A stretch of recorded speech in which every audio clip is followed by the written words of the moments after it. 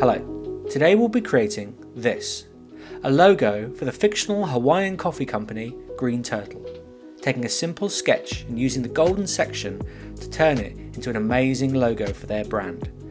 What is the golden section? The golden section or ratio is a rate of growth of an object which is pleasing to the eye. Normally we see this ratio as 1 to 1.618. This is the golden spiral, and it will look familiar because you've seen it everywhere, in nature, famous works of art and logo design. When we start to look a bit closer at this logo, created in assembly, you can see the influence of the golden section. Here is my sketch. It's a turtle with a coffee bean for a shell.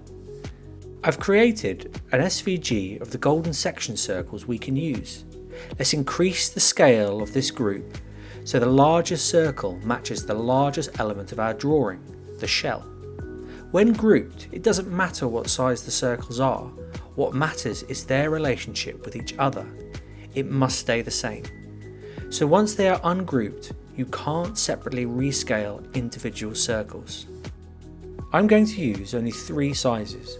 My recommendation in any logo design is to keep it simple. Good design is about removing all the extraneous and complicated elements till you're left with the clearest, cleanest version of your idea. Let's delete the elements we won't be using and move these circles closer to our design. Next, we need to duplicate and place our shapes on top of our sketch. Don't be hung up on trying to reproduce your sketch. It's a guide, and once you start to place those circles on top of each other, you'll discover serendipitous relationships between the various elements of your design. The most important thing is that the idea remains the same. These are the shapes I ended up with, but how did I turn those circles into this turtle? I've divided it into 3 elements: the body, the fins, and the head. Firstly, we're going to need to turn up the fill and turn off the stroke of all our circles. For the body, we simply need to select both, tap on Boolean, and then intersect. Next is our fin. First, I need to remove any elements that I can't with the circles themselves. I'm using this square to cut out this section of the circle. Then, I'll merge these 2 circles together and use one of the main body circles to intersect with that shape to create our final fin. We can now duplicate this shape and use it for the 4 fins around the shell.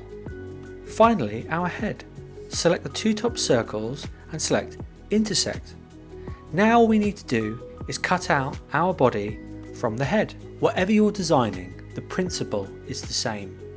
The key is to break down each area and use the Boolean functionality to build your shapes. It's a lot of fun and very simple.